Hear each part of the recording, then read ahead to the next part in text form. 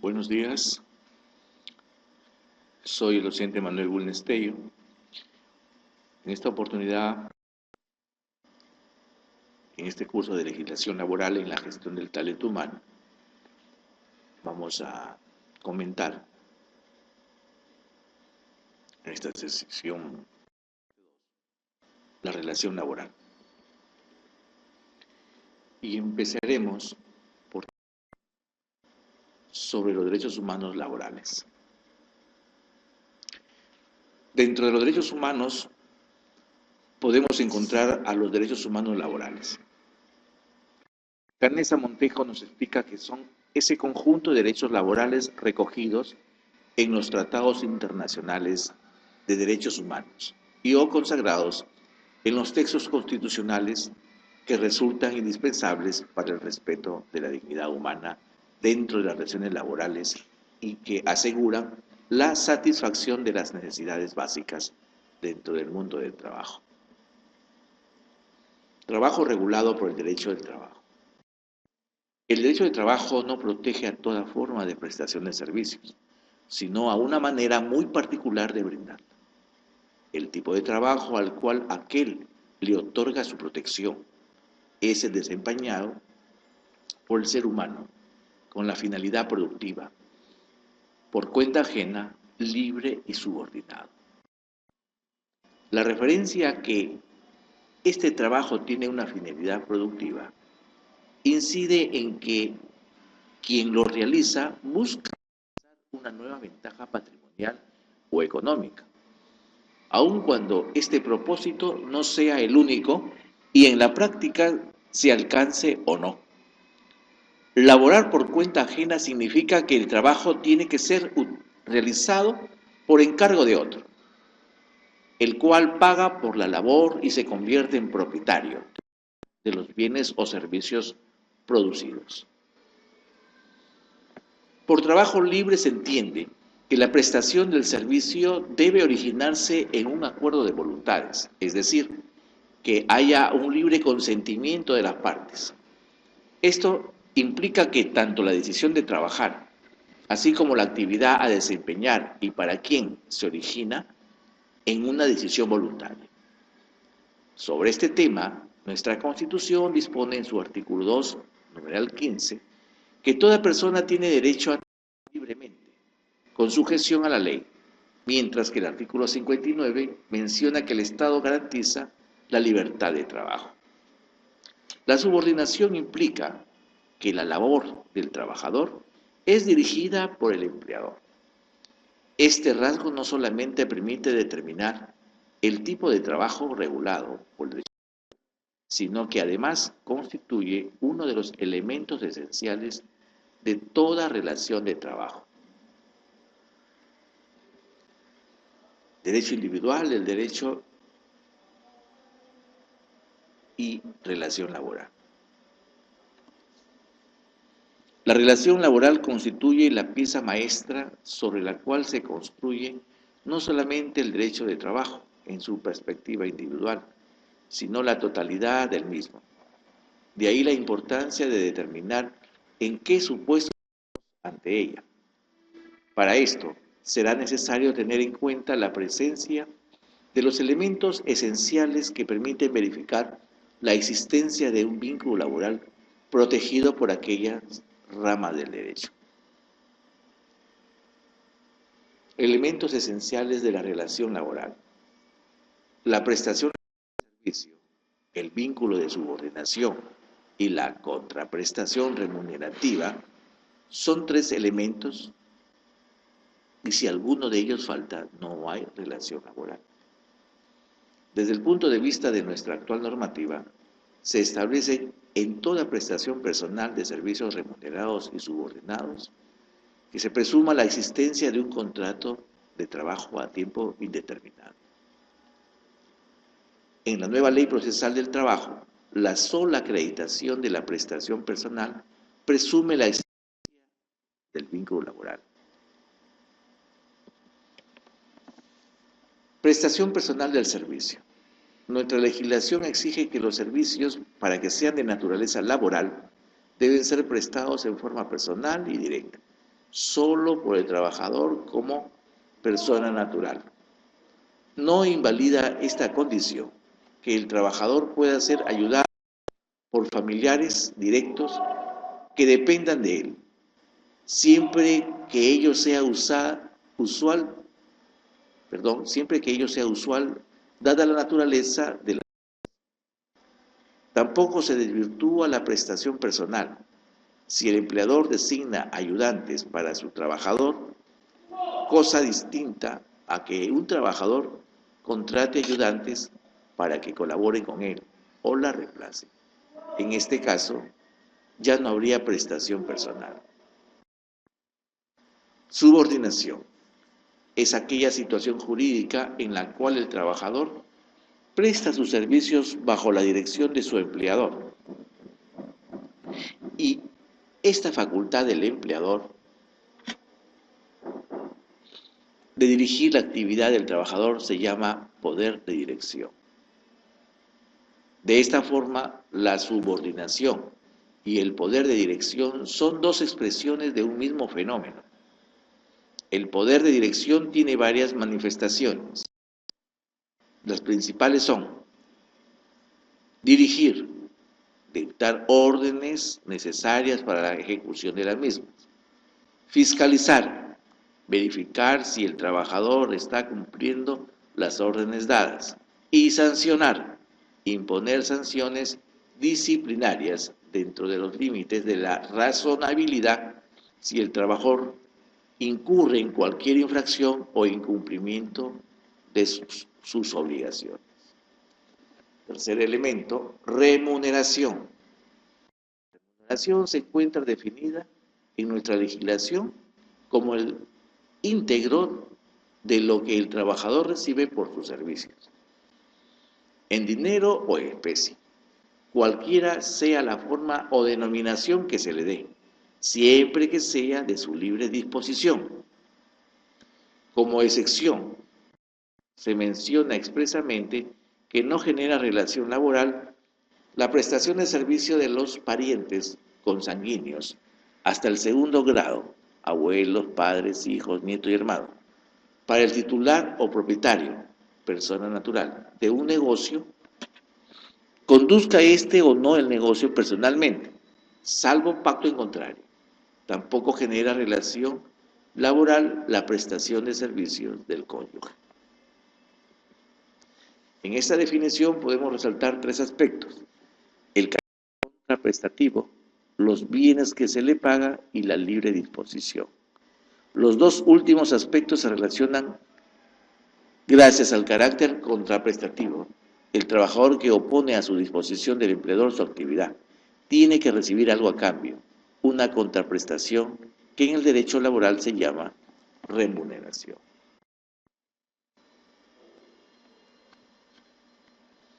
El pago puede ser en dinero o en especie. Sin embargo, las normas no nos señalan qué proporción debe existir entre uno y otro. Pero como hemos señalado, esto no se relaciona con la libre disposición. Al respecto, señala que como nuestra legislación sí establece que la remuneración es de libre disposición, concluimos que el bien predominante debe ser dinero y tratándose de otros objetos se aceptan si sirven para el consumo del trabajador o éste puede venderlos sin dificultad en el mercado a un precio equivalente a la suma adeudada.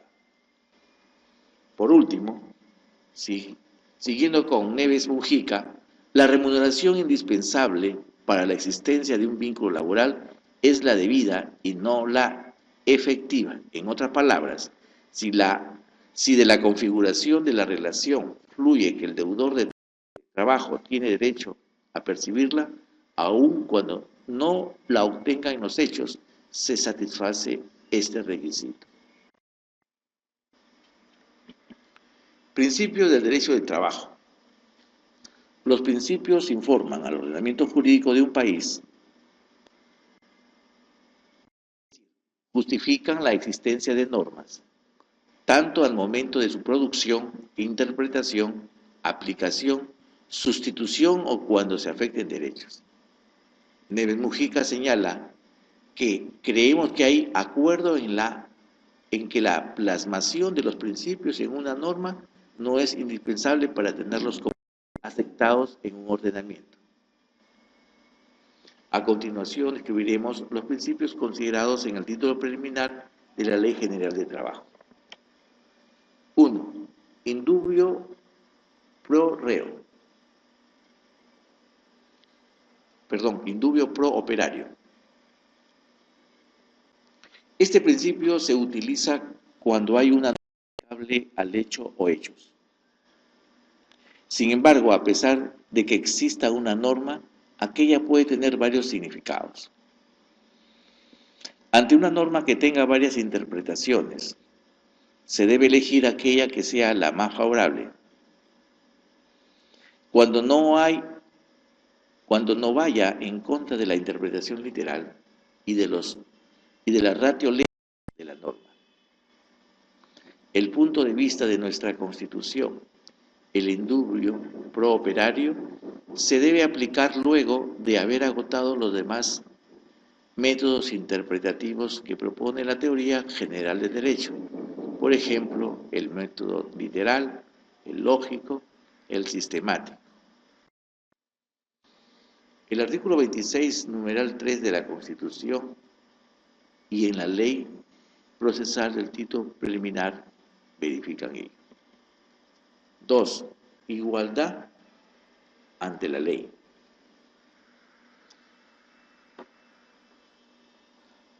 A. Igualdad formal. Derecho a la no discriminación directa. La igualdad formal es el género y la discriminación directa la especie. Igualdad de trato. Se vincula a la autonomía privada. Este principio se aplicará tanto a un contrato de trabajo como a un convenio colectivo. C. Igualdad de oportunidades. El artículo 6, inciso 1 de la Constitución se relaciona con la discriminación indirecta.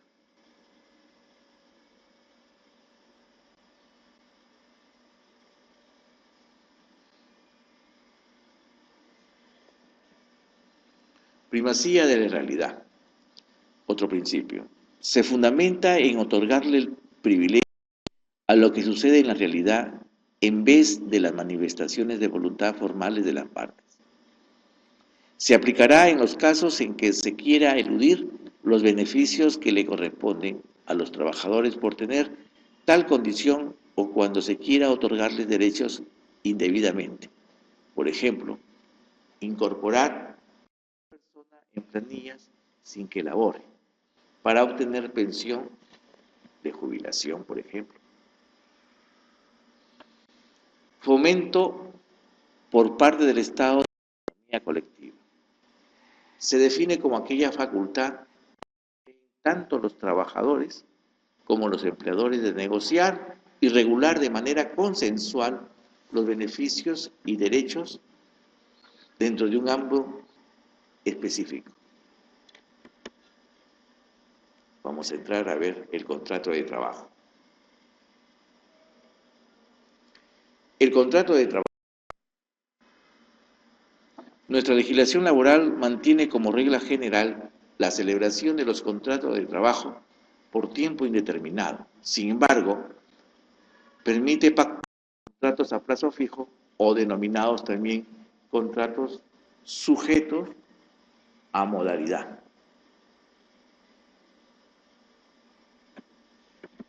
Contratos temporales.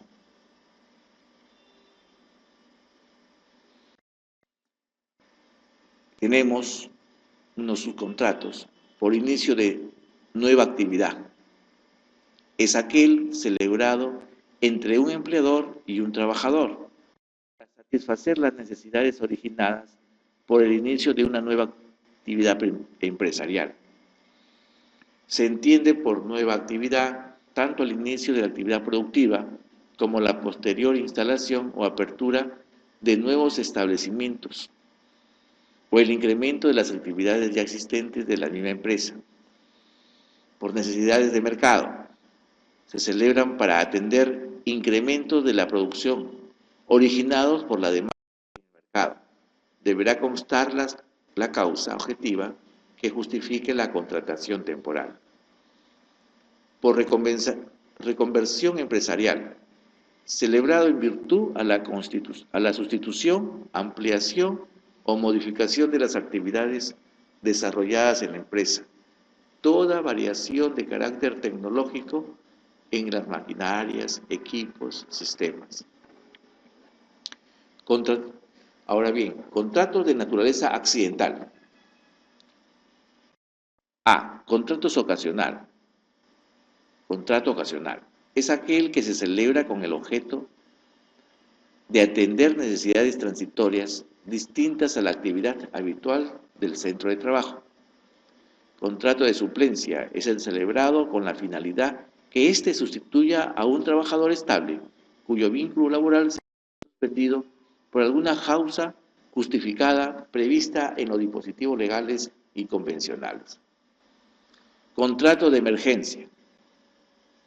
Se celebra para cubrir las necesidades producidas por caso fortuito o fuerza mayor. El caso fortuito o fuerza mayor en este tipo de contratos se configura por su carácter inevitable, imprevisible e irresistible. Contratos de hora de servicio tenemos contrato para obra o servicio, tiene determinada. La característica de estos contratos es a que el trabajador se le requiere para que ejecute una obra, material o intelectual, o un servicio específico. Se exige un resultado. En el contrato debe señalarse expresamente su objeto, sin perjuicio de que las partes señalen la duración del mismo. Contrato intermitente es el que se celebra para cubrir las necesidades de las actividades de la empresa, que por su naturaleza son permanentes pero discontinuas. Estos contratos pueden efectuarse con el mismo trabajador, derecho preferencial que tiene. Tal derecho puede consignarse en el contrato primigenio y operará automáticamente sin necesidad de requerirse de nueva celebración o renovación del contrato. El término para que el trabajo ejerza su derecho preferencial es de 5 días hábiles contados a partir de la notificación al trabajador del reinicio de la actividad de la empresa. Contrato de temporada. Se celebra con el objeto de atender necesidades propias del giro de la empresa, que se cumplen solo en determinadas épocas del año y sujetas a repetirse en periodos equivalentes en cada ciclo. Las formalidades debe estar o debe constar por escrito la duración de la temporada, la naturaleza de la actividad de la empresa, la naturaleza de las actividades del trabajador. El derecho preferencial. Si el trabajador fuera contratado por un mismo empleador por 2 temporadas seguidas o 3 alternadas, tendrá derecho a ser contratado en las temporadas siguientes. Hay un cuadrito que manifestamos algunas características sobre la modalidad de contrato. Por ejemplo, por inicio de actividad, duración máxima 3 años. Por necesidades del mercado, puede ser renovado con un término máximo de 2 años. Por reconversión empresarial, 2 años. Por contrato ocasional, 6 meses al año. De suplencia, las que resulte necesaria según las circunstancias. De emergencia, lo que dure la emergencia. Por obra determinada, lo que resulte para la conclusión de la obra o servicio. Intermitente, no tiene plazo de duración máximo. De la temporada, depende de la duración de la temporada. Duración máxima de todas estas modalidades son 5 años. Bueno, para culminar esta parte, características comunes de contratos sujetos a modalidad. Por escrito, tiene que haber conocimiento y registro,